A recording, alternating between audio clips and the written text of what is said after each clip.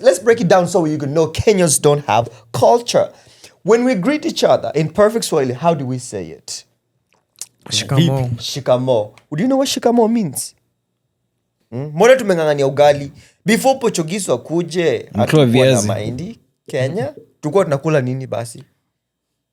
Viazi. Mbona tusurudi tukule waru na dhufu? This time mpige kura. Na mkipiga kura, mpige kura intentionally. Yeah. Intentionally. Because tumefika place nye wasi wanaenda maandamano and all that. It needs to make sense. It needs to be for a reason. Mark, goy. They expected you to leave a mark. And to you ilikuwa kadogo. As long as amenyamba mbele yako hapo unajua mapenzi. Hapo unajua umependa. Of course, yeah. Mbona ufanye kazi mapema? Nunua haga mdomo ni bure. Mimi kwanza siko najua yeye ngorota hivi. Mimi siwezi lala na mtu anangorota kama tingatinga usiku. Want us to do. Tightness, wetness, cleanliness. Moja iende. Niaje waku, welcome back to yet another episode of Maforeign podcast. I go by the name Cheche 25 Flow. I go by the name of Marko, aka Kiing Marko. Naitwa Josh, aka Mhesh. Na leo hapa hivi tuko na guest. Tuko na guest mmoja kwa majina atajiintroduce. You know, maybe some of you know him by different names or different circumstances. So, tutampatia flow saizi. Acha jiongelele mwenyewe ajitume.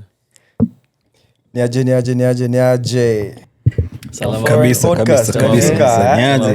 Tumefika. Hapo sasa. Poa. Kwa majina naitwa Henry Rasheed. Unaweza niita Henry, unaweza niita Rasheed. Watu wengine wanitanga Karis, but that hiyo ni jina mbuyu bwana. So wengine wanakuita daddy.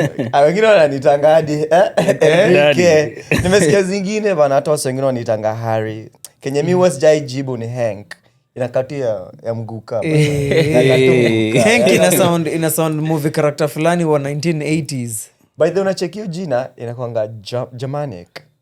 So ni wasenyo walikuwa old school. Time ya Hitler. Just before Hitler. Before you like period ya World War I. Ndio wasenyo walikuwa wanaitwa Henry. Kuna alikuita Hank. Bana unajua unacheki Minnesota, wase wengi wanakuanga Minnesota ni ancestry yao ni ya German.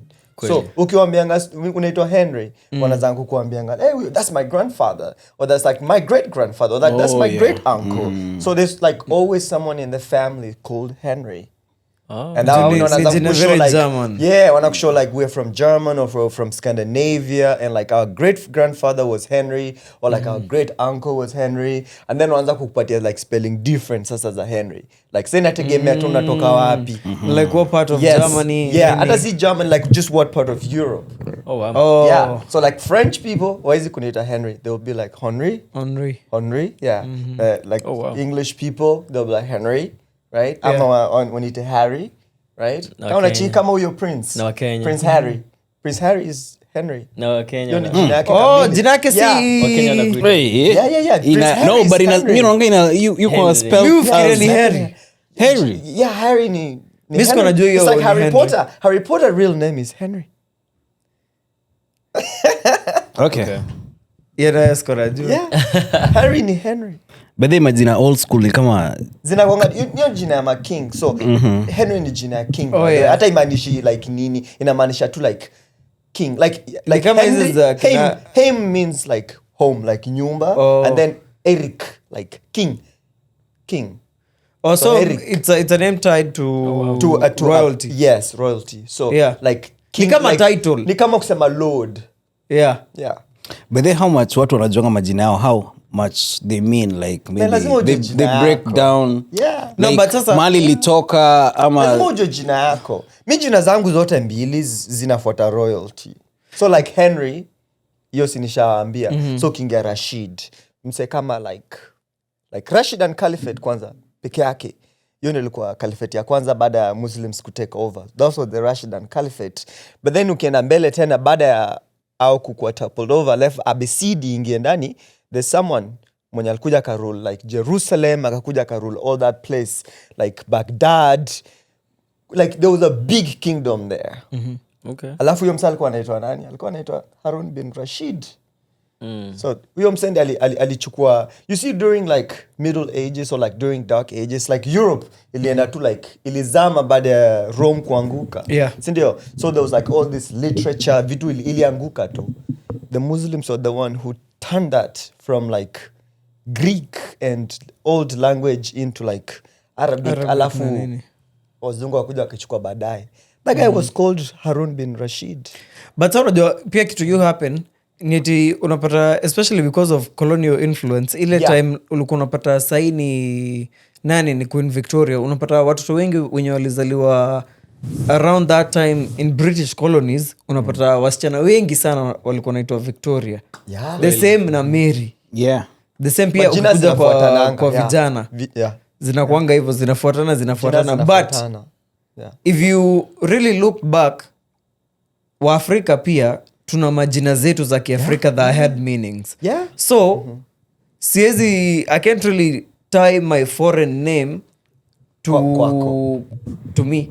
Hiyo ni kaa sign tu ya mlango yenye imebandikwa hapo exit. Unajua hiyo ni ya kutoka. Hiyo ni sign tu hiyo ya kuidentify huyu mtu. But hiyo jina by the way, before hata wazungu wakam, si tukuanga na majina za kwanza. We only had like our names and then who your father is. So like actually even hata sai kuna wengine like Scandinavian countries zikuwa hivyo. Hizo wenye unasikianga makina Jokic nini of nani. This is to insist kuenda na hii British system. Tukaambiwa ama mchukue majina za Biblia. Also sana hiyo ni religious wave. So hiyo ndio ilifanya most of like Gen Zs organize majina za Bible. Na hata like millennials pia you find majina kaa zote bro. Malakai zote paka Pius, Joshua. Sikuizi bana tumeingia hata kwa majina zingine yenye hata kitambo hazi kukua. Kitambo kabisa ungekutana na like watoi, like sikuizi unakutana na Dem na Charlie wote wanaitwa Jaden. Of course modern names pia kuna hizi the modern names like such modern names zina come na generation as so everybody wants to sound unique, wants a unique name.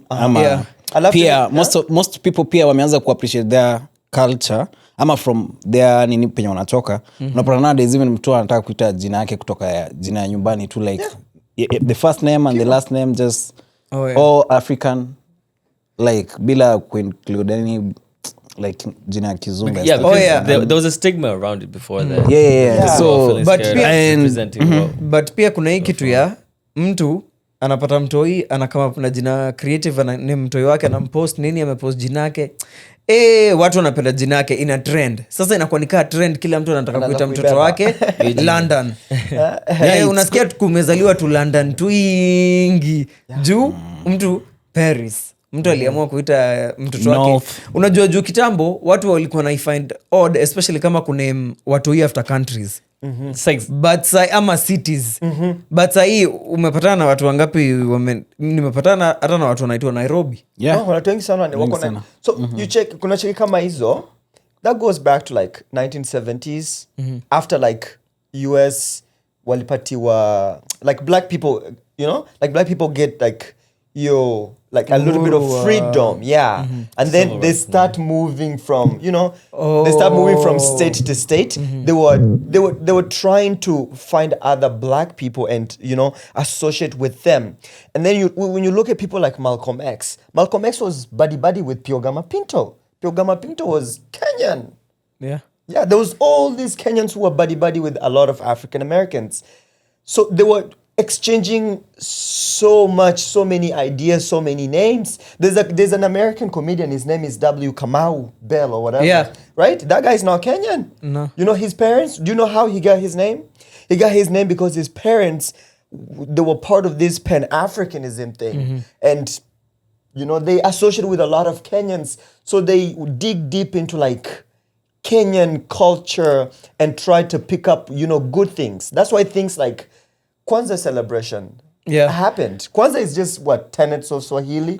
Those are simple words tunaongeanga, umoja, ushirikaji, juu nini. Those are simple things, you know. But unajua pia I think some of this is a lot of African influence yenye ililetwa to the Western world when time just right before and post independence of a lot of African countries, people were allowed to travel to come study, kukam kuji advance ndo warudi kuja kugrow countries zao.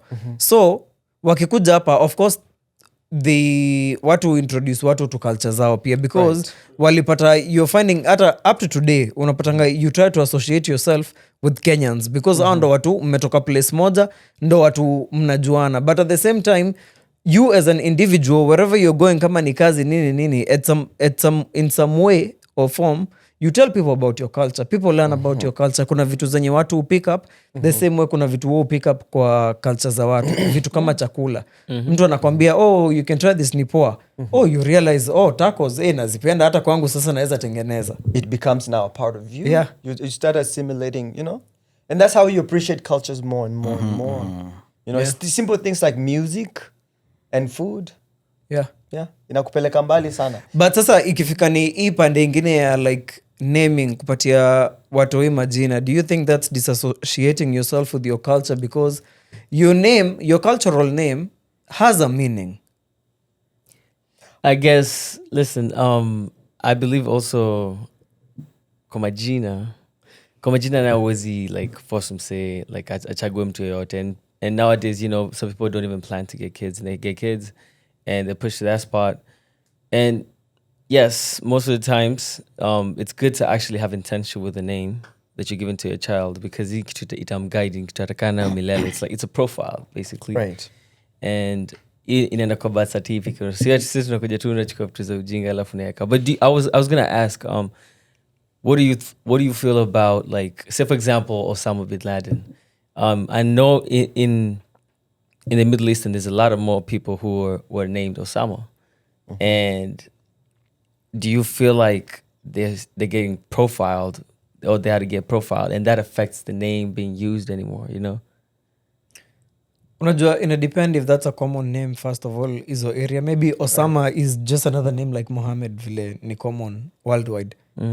Kuna hiyo aspect, na pia inaweza kuwa ni watu walikuwa so pro whatever he was pushing that they feel like mimi naweza taka kuita mtoto wangu Osama, because ni kama watu wangapi wameita watoto wao Obama, Actually, Raila, because kuna mtu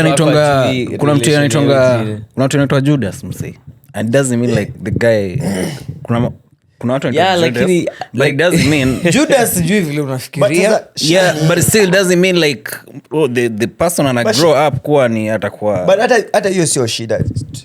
Tunauliza swali tofauti, is that a ratio of culture? Because like, okay, so like in English Yesu anaitwa nani? Jesus. But ukienda kwa Mexicans ukisema Jesus na uibadilishe, sina kwa jina ya msee. So it's a significance unaika kwa jina na what it actually, you know, translates to. You give meaning to the name. Yeah, so you, the name the name by itself has no meaning. Yes. Whatever you associate it with. But who decide ili kuitisha strays bro, yani uko shule, exactly. Umeintroducewa shule, ujambia watu middle name yako inakuwa wanaona tu fulani iko hapo, graduation ndo huyo din Osama din, and you know, say for example you've already been like, you can get mentally frustrated with that bro. Kama vile Obama watu hawakuanga nasema jina yake ni Hussein. Yeah, so walifuta hiyo jina. See, yeah, so ni kwa avoid tu hiyo nini, like because some names can actually like attract just unnecessary attention. Unajua So, like catastrophes. at the end of the day Yeah, na feeling like the name, your name, your identity, like it's just deeper than, because na feel like uende mahali you erase like your name, ujianze kuita someone else different, unaenda a different place. Definitely watu wata-associate now in a different way, not as in venye ulikuwa before, venye ulikuwa unajulikana kama, you understand, from where umetoka. Okay, but that brings another question. Is your culture your identity? Who's responsible for your identity? Kama ni jina. Juu jina mzazi ndo anakupatia. So are they responsible for your identity? Right. Is that your identity? Are they marking you? Ama wewe, do you create your identity? Right. That's just a marker. Yeah, you create your own identity. Because to us, what is Obama? Obama is Luo, right? Yeah. To Americans, it's not Luo. His name is Obama. We know. To them, ni Muislamu. They don't even understand that Muislamu is not even like a tribe or... Muislamu is like saying like, we're in Christo. Like, you're a Christian. Do you know how crazy that is? Americans always go like, oh my God, he's a Muslim. It's like, sir, it's like me saying you're a Christian. Doesn't make any difference. Like, I don't even know how to educate you on that. I think, but then Obama has been associated with what? They say Muslim. They don't even say Luo. So is that Obama culture being erased? He has his name, but Obama doesn't have that Luo culture. He has but his they name. still call the kids. Yeah, but he has the name. He has the name. We know where the name comes from. But his culture was erased. So what is culture? What is your identity? Because his identity is his name, like you said earlier. But you could choose he still it. has his name. So it's something you could choose. Is culture what or where you come from, or is culture what you are in the current? Culture is where you come from. And culture can also be shaped by your identity. So over time, you can progress from, like Angalia kama sisi, we've grown up in this environment. When we go to Kenya, there's some things it's out of turn. Me and you can have a lot of tolerance for what's happening in America. Even if we see it in Kenya, we can tolerate it, even in Kenya. True. But someone in Kenya is not going to go for it. See, we have grown here, so it's become like even mob. Just think of mob justice. How do you feel about mob justice? Every time you see it, you go like, oh my God, we can do better. Yeah. Because there's no justification in how we kill people on the streets. Because, it's mwizi, natandika dim na ua. To us now, it looks surreal when we see it happening. Yeah. It's like, whoa. But sana de nyumbani watu wanajua ni mwizi. Yes. Anafaa kuchomwa. Right.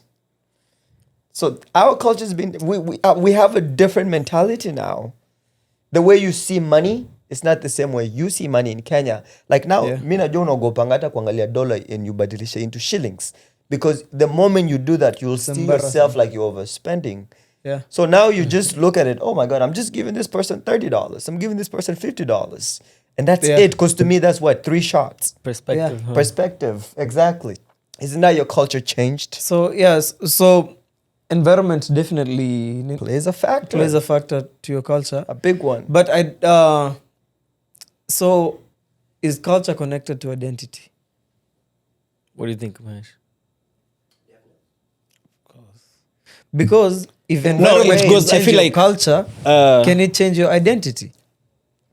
It determines it determines on what you get out of this world.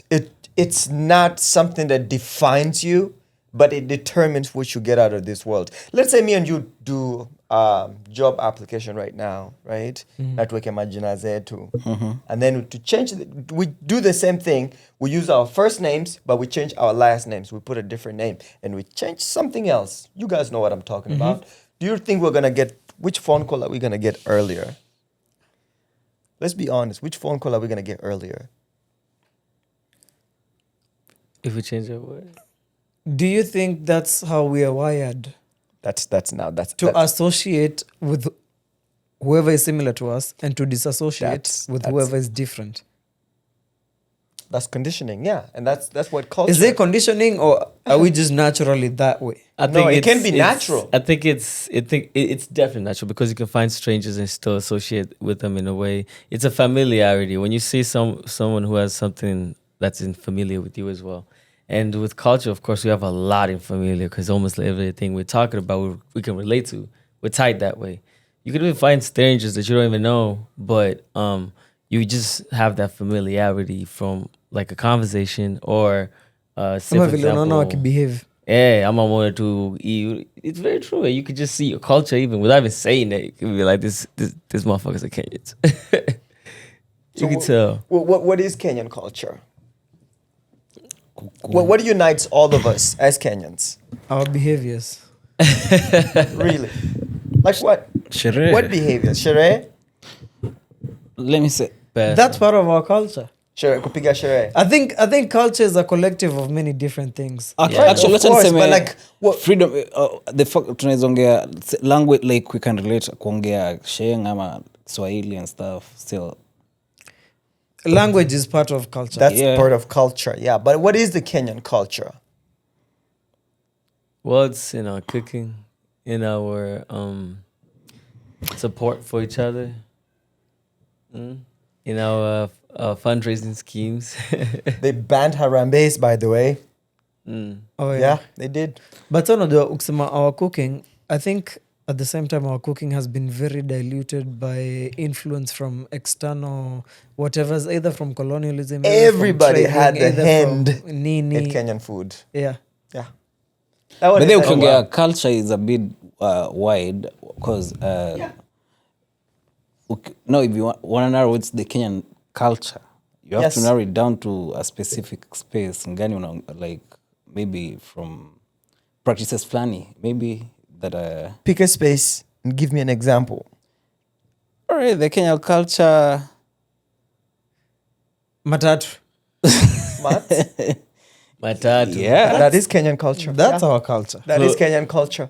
Dressing, Metravanga. How do we dress in Kenya? Do you guys know we're still banned from producing our own clothes and all that, which I don't understand. Now, all we have to do is pander to all these Western countries. We still do mtumbas. I don't understand why. You guys, like ukilan GHC ama ukilan social studies, walikuwa naongeanga story ya textiles. Unakumbuka hiyo? Na mlikuwa mali zinatengenezewa. Mlikuwa naambia mali zinatengenezewa. Now what is used? Saiso is used to make ropes. Na process. Na process. Exactly. Have you ever seen a textile company in Kenya? Have you ever seen a sisal company in Kenya?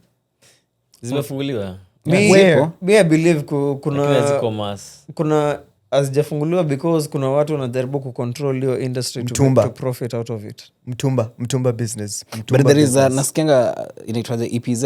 What do they do? Si kuna watu wanatengeneza nguo huko Kenya and stuff. Is it Calvin Klein? Nguo za nje. But it's very limited. It's very limited. You're talking about people who have to outsource to other people at the same time. So all the profits, you're literally working for someone else. They have to get fabric from outside because we can't produce our own fabric. Kenya is what? Semi-arid, and we can't grow cotton. We can't have cotton in Kenya. We literally have one of the best climates that could grow cotton large scale. Do you know Kenya? It's 80% arid. Like, what do you mean Kenya? It's 80% arid. Yeah, that means a lot of sun. Even if it means we have to change the soil, we can work on changing the soil. Umeona vile Kenya kuna kuanga na vumbi kila mahali. Yeah. That's just topsoil just escaping. Mbona tusikae kama hapa? Like unaangalia hata all the places, hata kando ya nini ya barabara, kuna nini? Kuna nyasi. Green. Ama kuna nini? Kuna maua. Kuna kitu. Yeah. Which means the soil is being used and is, hata mvua ikinyesha, your mafuriko na everything, it will be less because the ground is soaking all that water, which means we'll be producing and we'll be preventing floods na hizi vitu zingine just by using common sense. Wow. To you, what's Kenyan culture? We need to define that. Us need to define that because I don't think we have this is a lack of better terms. I just don't think we have that really truly tangible Kenyan culture. I think it's also because we have like a lot of tribes in the country itself who are even fighting each other. Tribalism is still a thing. And that stops us from unifying and finding that one culture. Okay, well, I can dig that. But let's look at other countries that have similar situations. Tanzanians do have the same problems we do. Tanzanians have a culture.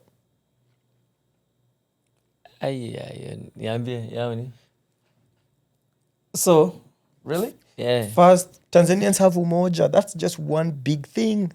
They have decided to move together since time immemorial. That's a culture. They decided to move together. But what are these practices? To be honest, what are these practices that they are associating to this I don't think like those are the it really things works. that we need to define.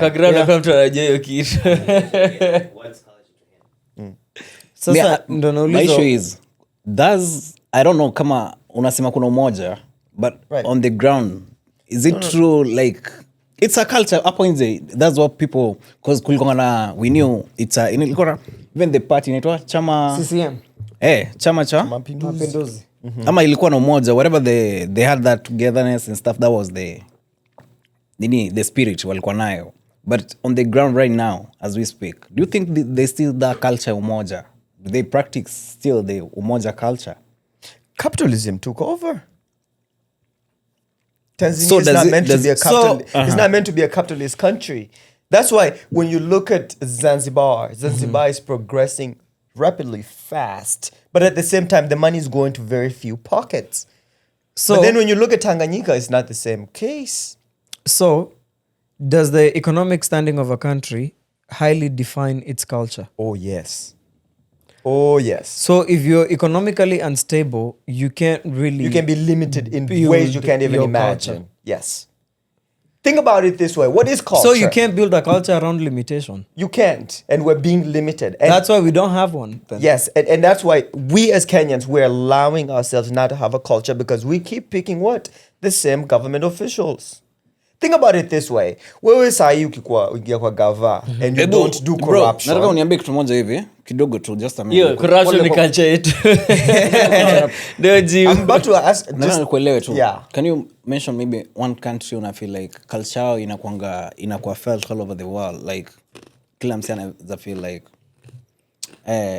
this culture ina influence a lot of people. Well, I'm probably going to use bad examples, but if I'm thinking cheese, I'm thinking France. If I'm thinking beer, I'm thinking Germany. If I'm thinking hiking and mountains and all that, I'm thinking Switzerland. If I'm thinking UNESCO sites and just good food and pasta, I'm going to Italy. Guns. If I'm looking for cocoa, I'm going to Ghana. Guns. If I'm going for, and muscle cars. Yeah. American. But so your culture is based on production and economic not exactly development. There's because other things. Zile vitu umetaja mainly have they can be intangible. They can be intangible things. But kama pasta and stuff, that's a culture. Exactly. Jamaica tunajua culture is reggae music. Exactly. I mean, go coffee. See, so does Ethiopia. Ethiopia has a deep culture. Sudan has a deep culture. South Sudanese have a deep culture. I think we have a more diverse Ugandan has a culture. Ugandans, just almost all of them, when women greet other people, what do? There you go. You're doing with they go down and bow. Which is what? Which actually, let's break it down so you can know Kenyans don't have culture. When we greet each other in perfect Swahili, how do we say it? Shikamo. Do you know what shikamo means? Let's talk Arabic here. What is shikamo? Shikamo means I touch your feet. You can look it up right now. Shikamo. Marahaba. Which, yeah. As an older person, you say what? Marahaba. I accept it. Then mwanangu, you can just... Mwanangu. Which means an older person is not supposed to say what? Shikamo. Exactly. Yeah. You people wait for older people to say shikamo to you.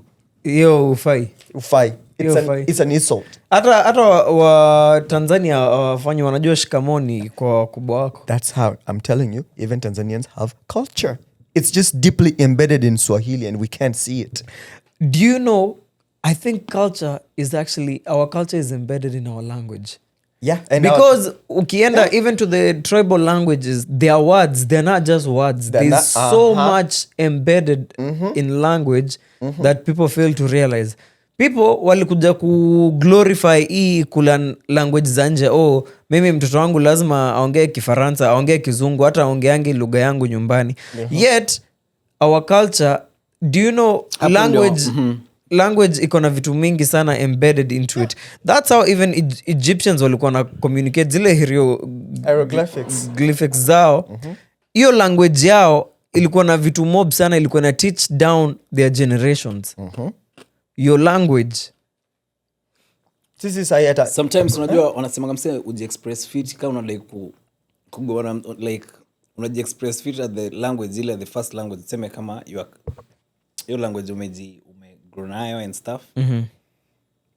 If you wanna deliver a point in a clear manner, na isi lose meaning to the second generation ama the people coming up and stuff. You have to do in that the same language, like yenye ulipatiwa nayo and stuff. But does that mean ukianza kutranslate unaanza kufunza inakuwa eroded and stuff? But does that mean if you decide to marry in a different culture, you've left your culture ama culture yako sasa already ushaidelete kutoka hapo as much as kusema technically ufai? I feel like let me just try to like put this out. I feel like our cultures, mostly when we grow up, we're taught about like where your dad is from, where your mom is from, all that, the family homes. You go back to your grandparents, you get into this connected family thing, you learn Swahili, you learn languages every day, you learn from the people around you, you learn okay, maybe is imutoraina fungua sahi, takwa hivi. Bali ile base kuna hii, and it's like that's our culture. But the thing is, it's mostly rooted from our family backgrounds, like tribes again tribes. Junasema unaidentify si wakikuyu tunafanyanga hivi, walosi tunafanyanga hivi, yeah, because I think hizo ndo cultures hizo tribes. Yeah. So that's great and all.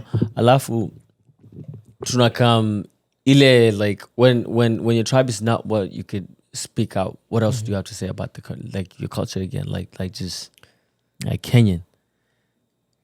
I think what we can do to have a Kenyan culture is the fact that we already know that easy tribes zetu zote, they have cultures that they associate with. Let's find our similarities.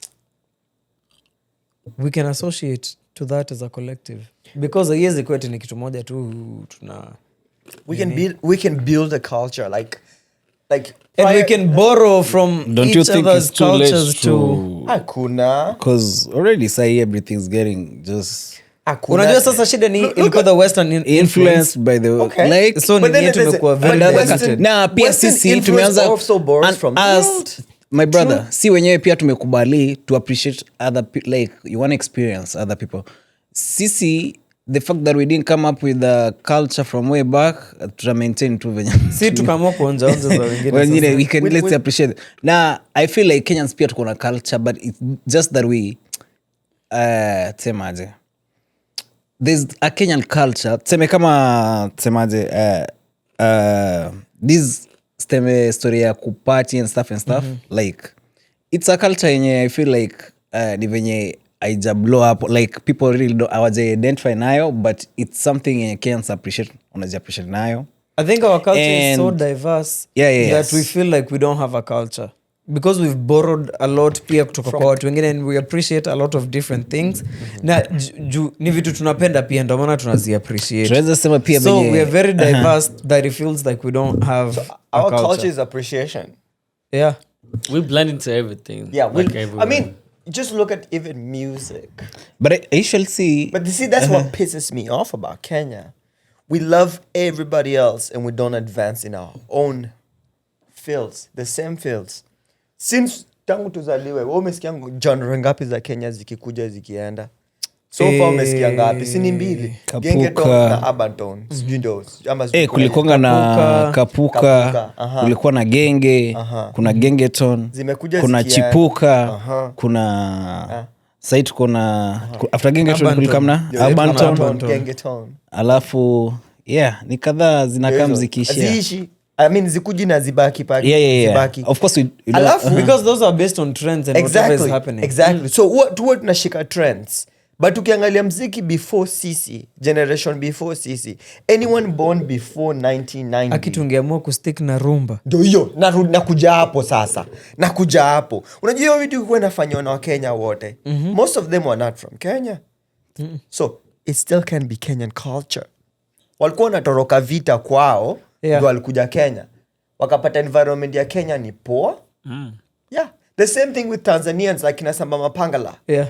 You know, Nasa Mama Pangala, kuna watu wengi sana like Les Wanyika. Those people are coming from Tanzania. Tanzania didn't have a good Afrofusion market, but Kenya did because Kenya was linked up very well with Lingala. You know?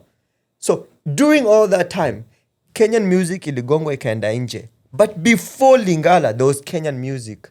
Na ilizama, hadi leo haijafufuka. Hiyo Kenyan music ilikuwa gani? Kuna ngoma mob sana ziko. Alafu kitambo walikuwa gani tupe moja Mushroom. Achana na We, hizo. na si No, taarab. no, sio hizo nasema si taarab. Maroon mushrooms. Mi naongea like 1960s. Kulikuwa na ngoma mingi sana zilikuwa zinatokea Kenya. Ngoma mob sana zilikuwa zinatokea. Unajua radio ya kwanza ilikuja Before lini hizi za Kenya? wakati wa Moi za kusifu Moi. Unajua radio ya kwanza ilikuwa Hapo sasa ndio mimi naweza kuambia. Sasa hapo hivyo ndio ndakana sasa sisi as Kenyans wenye tuko hivyo wadogo na tuko na experience, we go do that. Mimi na wewe tunaweza shikana mkono hivi sahi and we go reproduce and remaster an album that was made in 1960 Tuambie and we hizi released ngoma. back in you know into the market. Ngoma gani? Tuambie hizi ngoma tutafanya hivyo. Kuna jina fulani iko nayo.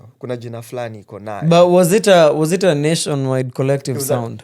It was a yes, because kulikuwa na specific studios peke yake zamani. Ama ni zile ngoma zilikuwa zinacheza VOK siku mzima on hizo but uko na pay attention. Ni hizo. Unacheki sasa ngoma kama hizo kuna chache nye tulitoa huko hivyo si mingi. Hata unajua beats. Amuka kumekucha. Chukua jembe. Tuingie shambani. Ndugu yangu. Hizo ngoma.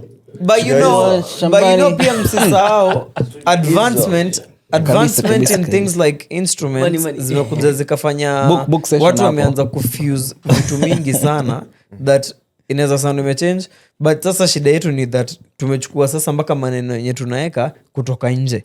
Tunachukua maneno ya nje na beat ya nje kutengeneza ngoma zetu, so itokei Kenya na tuko na maneno zetu. Tunaweza tumia maneno zetu kutengeneza ngoma na beat tofauti. Also, Si watu wanachukua, si hata afrobeat wanachukua beat ya mapiano na Shake anatengeneza career nayo. wanaimba Yoruba na Igbo. Ngojeni. I think honestly pia, let's remember mindset. Tulikuwa tumekuliwa mindset ya colonialism.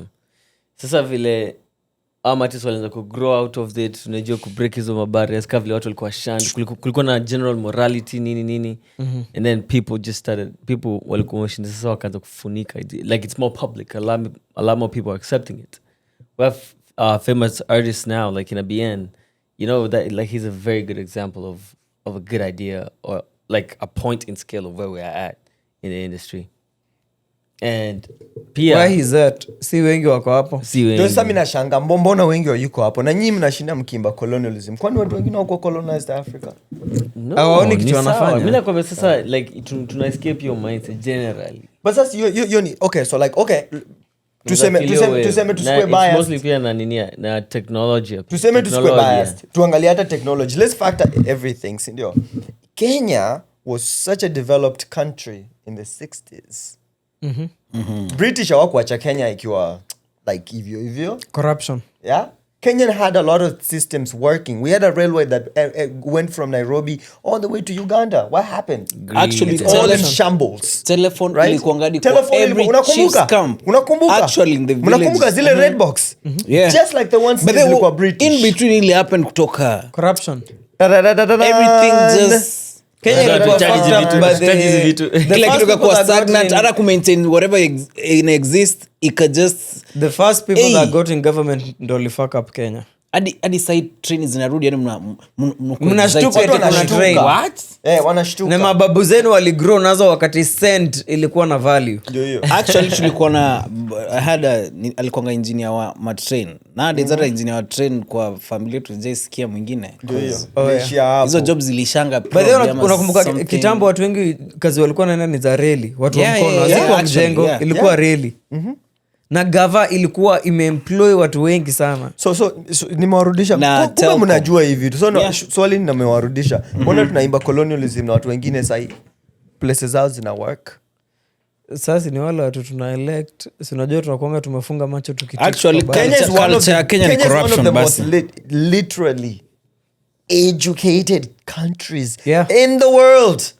Oh yeah. Hata wacheni ati Africa peke yake, in the world. So you guys are telling me you can train ChatGPT, you can train Gemini, you can Yeah. help these Americans do PhD, write all these essays, papers and everything, all the way to the point But hamwezi jifanyia. even the point the media is like, whoa, there's way too many people graduating and we found out that Kenyans are the reasons these people are graduating. So we're that smart, but we can't pick good leaders. wajinga ni wengi Now see, So, wacha niwarudishe skiza, nyuma niliwaambia unajua story kitu na ilihappen. corruption. Sasa si ndio wanautwe the Story na corruption. the people walk. Hiki watu ukataa Kenya but utendeka every single time. Every time msenda kwanga politician na ingie ndani, aende afanye vituko, aibe pesa, kila mtu ataona alifanya kitu. Wataanza kumpigia hata makofi, but ukiingia ndani kwa gava, ufanye everything in an honest way na utoke nje na ubaki tu bado maskini, people will make fun of you for eternity. Definitely. Because So why? Failure. so what Why is happened? that a failure when you're doing the right thing? No, but you know what happened? you know- what happened was wakati wale wase walitake over gava, walitake over after colonialism, walijigawia. First of all, they created a gap because washachukua mingi, wameachia wengine kidogo. Watu hawakufanyiwa land reallocation, watu hawakurudishiwa makwao, hawakurudishwa kwao. So ikabaki there's this few that wako na mingi, na kama unawajua unaweza pata the same way, inaenda ikitrickle down. Sasa wewe ukifika mahali nyinyi hamjui mtu, sasa nyinyi ni shida yenu. Ndio It's maana very akakuja na narrative ikisema bottom up sasa. Yeah. Yo kitu ni He's very gonna simple. say- Because angalia wasengu walikuwa kwa gava. Yeah. After independence, amata, you know, after colonialism, most of them were educated. Yeah. And then now wakukuwa educated just in any other university. It was like really prominent universities. Ungenasikia Nje. mse alienda Makerere, mse alienda sijui London, mse sijui alienda sijui wapi. You see, But they- like even our presidents, just our like Nyerere was very educated. That guy was called mwalimu because he was a professor. He was educated, Yeah. like dead ass educated. Kenyatta had plenty alikuwa education amekaa in London 12 in years London. akisoma. Yeah. So these people, when they were negotiating with the British and all that, they knew what they were doing. Yeah. It was an exchange of power. It was nothing about independence.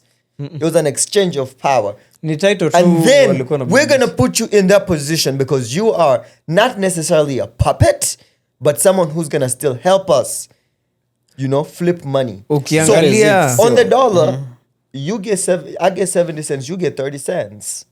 Aya. That's still a good deal for me. Most Angali- of them take it. Ukiangalia mbona after vita za independence, juu Kenyatta, to be honest, hakuna mahali aliingia kwa msitu, tuambiane ukweli. Kenyatta alikuwa Kenyatta UK hakufanya. the whole time. Alafu nyinyi mmetoka kupigana kwa msitu, sasa Lakini- nyinyi ndo mmeweza lakini- kutoa huyu lakini, jamaa, hiyo kitu ilikuwanga funny. mmeamua kuleta umse mwenye ametoka kupigwa tutoring na wenye wamekuwa wamewashikilia bolingo, mkasema sasa mzungu amewambia huyu amesoma, chukueni huyu kama leader. Mnakubali okay. Chukueni. What do you expect? Mi najulizanga tu swali moja, why was James Gishuru not the first president? 'Cause Why was he not? like how was he? He was the leader. Yende alikuwa he not? msitu sasa na mamwa wale. Wakikuyu wa Kiambu. Hebu tupe, tuambie, Wakikuyu wa tupe. Kiambu. Wakikuyu wa Kiambu walikuwa front and center. By the way, around hiyo time ya ndio tupate independence, there was a whole civil war between Kikuyus.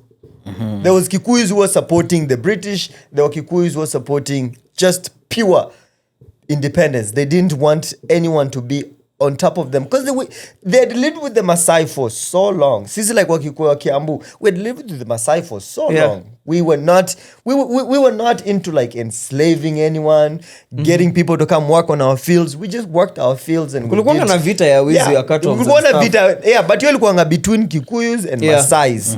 And then the Kikuyus from the other side, Nakuru and all that, they were in support of the settlers. Yeah. Because they were helping them take down and, you know, all the way to Kitale. There were so many settlers and wataka kupanda mahindi.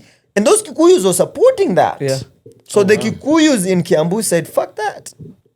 No, but sasa unajua pia the settlers they Napata history walianza lessons kutumia hour Yeah. against wale wengine, so Yeah.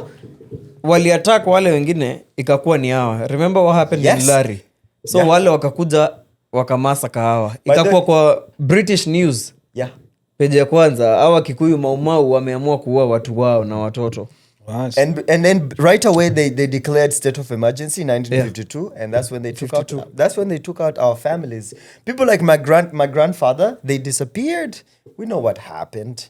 British people acknowledged that, but they said since they were not in control of Kenya during that time. It was the colonial government, not the crown, but the government. We have to blame the government. Who are we going to find in the government to blame? So they acknowledged it happened. But see the mama were paid uliona mama were paid kulikuwa na nini place za watu kuexecutiwa. Yeah, kuna place watu walikuwa wanapelekwa. Yeah, there was a place close to Limuru. Mimi mnasema hiyo story yako kwa no, on your way now to Kiambu. Yeah, just after Limuru. I forgot the name of that place. But just before Kiambu, ukilive to Limuru. Yeah. The place is now like a tea plantation. Haya, mama walilipwa, si ndio? Nani? From the British government. I'm telling you, our grandfather was taken out. We don't know where he went. Are you sure say wajalipwa? Watu walikuwa koti. So we are the Kikuyus from Kiambu. And what happened? Lakini not all of them. Not all of them. Nani? Are you sure kulipwa? Land was taken. Do you know back then, like people like my dad were born in Dagoretti. Like Dagoretti back then was Kiambu. It was not even like Nairobi. It was Dagoretti. Out walibeba water. They left. That's why you find Kikuyus in like Kipia now. You find Kikuyus up in like Nyahururu. They never used to be there. You see, like some of us Kikuyus ended up in Kitale. Because we were just, ended up working for the white man, and white man took us whenever we went. Facts. Yeah. We had no choice. Especially after that 1952 massacre. Do you know, hii kitu yetu tunaitanga colonialism, but unasahau he had slavery to do with it. It did. A lot of it. Major tones of slavery. Alafu, what these people did, they decided, you guys, your lands ziko fiti sana. So what are we going to do? We are going to grow crops zenye mnaweza export. But sisi kwetu acha chakula tupande kwa wingi. Hii yenye mnaeka ya kuexport value yake si ya juu, nyinyi muhitaji, so tuuzieni tu na pesa kidogo because you don't need it. Lakini chakula hamtawauzia rahisi.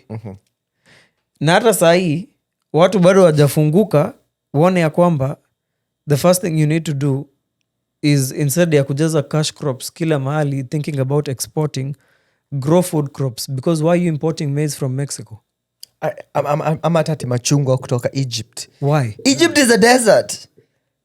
Unakuniambia hatuwezi panda machungwa yetu. Really? Etiwe kazi yako ni kuexport maua na una chakula, watoto wanakufa njaa. Utakuwa tu una import mbegu, una import fertilizer. Mi hata najuliza, mbona tunashinda tukiimport fertilizer? Na mko na ng'ombe. Na tuko na ng'ombe kwa compound. Na tuko na vitu mob sana organic kwa compound yenye tunaweza kurudisha kwa shamba. Cause wanapatia mahindi yenye lazima weke hiyo. So mi hata unajuliza, like mbona sisi tunashinda tumeng'ang'ania ugali? Aziezi nini peke yake? Mbona tumeng'ang'ania ugali? Before Portuguese wakuje, hatukuwa na mahindi Kenya. Tulikuwa tunakula nini basi? Viazi. Mbona tusurudi tukule waru na dhufu? Alafu mna hetu mkiona Anjeria naeka mtungi mzima ya maji. Ni culture. But then you define. Hiyo culture. Tuna mwikubali. Dhufu. Oh my God. Hapo sasa ndio mimi nakwambia, like Kenya lazima tu change like mentality, like ndio tuingie vitu kama hiyo. Since watu wengi wako na shamba ama hata wako na shamba na si kubwa, tuingie like vile umesema food crops. Yeah. We diverse. Unaona place kama like France ile advance na culture yake ikakuwa advance sababu ya vitu kama cuisine. Food. Na food yako ita advance aje kama uko na limited things you're planting? Yeah. Sources. Like I feel like it's also, as you said, government wameingia madeni pia na zile sasa wana country nakwambia wacha kuproduce, waanze kununua kwetu. We don't have to listen. We don't have to. Yeah, because but our leaders. Mi hata nishaifikiria hiki kitu. But we are to blame for our watanipeleka wapi if I actually just find a way where I create an app and I connect farmers with direct buyers. Definitely kwa nini? But that's the thing, a lot of countries are rich because they can do things like that. Yeah. so wanang'ang'ania pesa nyeko hapa kidogo Hii ya katikati kuna watu wengi sana ndio mimi wanataka nakwambia kula. kwa nini tusi advance to the point where we have food stability then we can fight for big money. Yeah. Actually ukiangalia tunakuanga tukipigania pesa kidogo sana. Nilikuwa naiangalia hivi. Angalia hapa unasikia mtu anateseka analipwa do kidogo sana, analipwa minimum wage. Ni ngumu ku survive. But guess what? Huyu mtu ako na kazi bado. Bado anaweza kula. Na kuna 40 hours guaranteed. Watu wetu mtu anateseka kidogo ako jobless. Ndio hiyo. Acha na mtu anateseka sana. Mwenye anateseka kidogo already hana kazi. Mwenye na huyo maybe alalie maybe siku 2 a week. Kuna mtu anaenda siku 3 jamaa anakula ugali na maji. Maybe hata ana like hata ku access shule maybe. Yani ana kitu yote hata hope hakuna, you know. Not even hope. Imagine hapa hata ukuwe maskini aje, mtoto wako anaweza enda shule. Atapewa lunch shule. Atakula shule. Which means you only have to focus on 2 things. Like Alafu unaiangalia Kenya, alafu unaiangalia from alafu unaiangalia from perspective ya mse Kenya, even with all that going on, hata na hizo shida zote tumeweza kusomesha watu wengi sana that we have so many graduates wenye wamekaa tu nyumbani. Mse wako wa smoking ni graduate. Mse wako wa printing Cyber Cafe aligraduate first class. Biology. It's crazy, man. Kwani tunasomea nini basi? Haya, ni watu wangapi wana graduate civil engineering kila mwaka? Barabara zetu nani wanatengeneza bado? China. Bado ni wa Chinese. Contracts. Like, mse, ina make sense? We have the brains, we have the labor. We're only missing the money. It's the people who make the decisions. We have the materials. Tuko na sima cement hapo. We have the materials. We have everything. We have the labor. We have the brains. Yeah, we're missing the money. Money talks. Money talks. But they wacha nikuuliza kitu moja, sometimes we feel like system yetu pia failingi mashule and stuff. I think it's time wase wanze, I don't know what CBC na entail that much. Tuseme kama let me narrow down to Kenya tu, story ya masomo tu. I don't know CBC siko cause sijaisoma and stuff, but I see people wanasemanga iko more open to iko catered kwa mtoto ati. Yeah, on so a personal level. Yeah, so than the system ye tulikuwa nayo sisi way back, you understand? So mi na feel like iyo like hizi ma system kama nilikuwa kusema nini? Nilikuwa nasema hizi ma system kama CBC ama 844 and 844 sasa. Sisi tulifanya 844. Kuna wenye alifanya 74 whatever. Kwani tumekuwa Uganda tena? But sasa hii masomo yetu si eti okay, kama ni engineering tunasoma engineering yenye nafunzwa nje. Yeah. Ndio nasema si eti kitu tunafunzwa because at the tertiary level, at the university level, kitu mtu anafunzwa ni kitu advanced kuliko kitu yenye uko na access to. Hiyo ndio shida. Yes. Haya, hawezi relate. Wenye wanafunzwa technical courses ndo maana wanapata hizi kazi za kwenda kuchomelea hizo China wakikuja kujenga na nini. But wewe umeenda umesoma business management, una manage biashara gani? And the issue is wenye uko just hiyo curriculum tuseme kama CBC and stuff, do they go do research huko kwa ground wanajua like wanafaa kuangalia wa reflect like country sahi what's going on, what's the main crisis maybe kama ni like wajue if they gonna educate watu let them tailor a curriculum yenye ina at the end of the day say watu watakuja ku observe to the kama wakiona ka country issue ni food shortage and stuff mbona wasi appreciate ama wa encourage watu wa focus food zenye as much as can agriculture, there's a lot of unasona machines manini and stuff that entail na hiyo space kama ya agriculture, it's so wide. The government just invest in such tailored curriculum yenye ita solve issues zenye watu wanago at the moment. So the main problem is and this is the main problem in all this corruption, because money gives you access to everything. Nyinyi mnangoja gava ikuje ifix vitu. Corruption. Gava ikuji. Corruption. Gava ikam. Ukitoa corruption, things will work. Hata corruption ikue, corruption ikoze kukua, gava ikuji. Kumbukeni hivyo. Mnafikiria hakuna corruption siko US. Yeah. Pengine si open vile iko Kenya. Sisi ni vile Nyinyi mnaona gava ya US ikikuja kusaidia wase wa US. Haikujangi. Sasa nyinyi kama America muone wa gava ikikuja, mnangojea Kenya gava ikuje. So tuseme policies. Exactly. So gava ikuje ni sisi. Na kama ni hiyo policies zichange, zinatokea wapi? Shida hiyo gavana tumepatia kazi ya policy making. Ndio hiyo. So hakuna gavana inakuja kuchange sababu nyinyi mnasinda mkichoose the same people over and over and over. Yeah. So hakuna gavana come. Mimi nilisema tutahitaji kureform system yote. No, Kenya inahitaji social change. Inahitaji social reforms. Bana. Inahitaji social reforms like nyinyi mnasema like waseme uko educated. Civil engineering, si ndio? Like barabara bado zinajengwa na China. They're literally outsourcing everything na inajengwa na deni and hiyo deni wanaiba this is the crazy part that pisses me off. China buys raw materials from us and sells it back to us.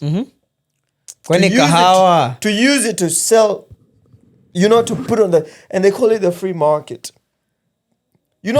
Most people kahawa watu wanakunywa Kenya. As they afford?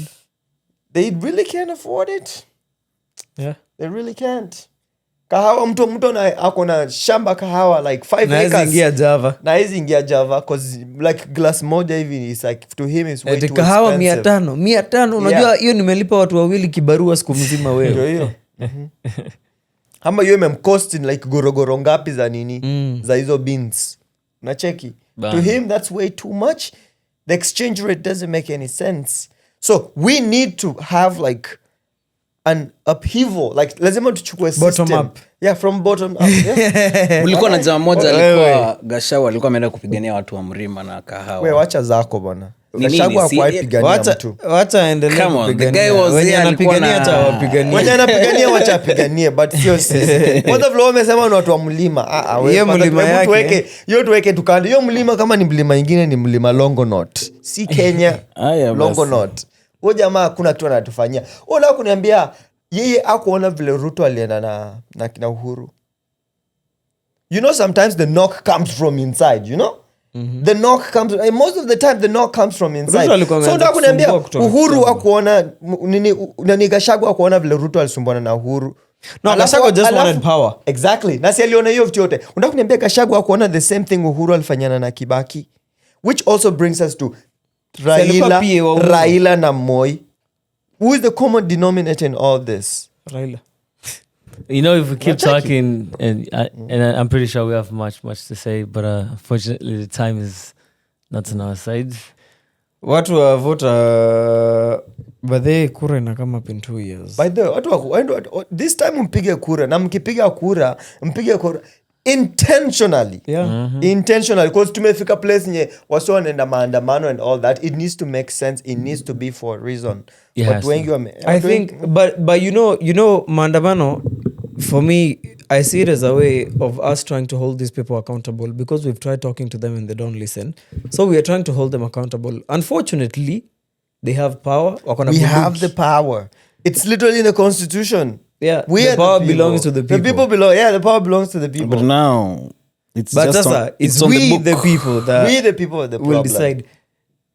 Emancipate yourself from mental slavery. There you go. Guys, tunane pateni Henry Rasheed pale kwa mtandao. Only fans unawapatia leo ama wakikupata mtandao utawapatia. Wacha zako. Aya. Guys, don't forget to like, subscribe, hit the notification and bell. Share. Thanks for having me, by the way, guys. Kabisa. Mpata Maforeign. Bye,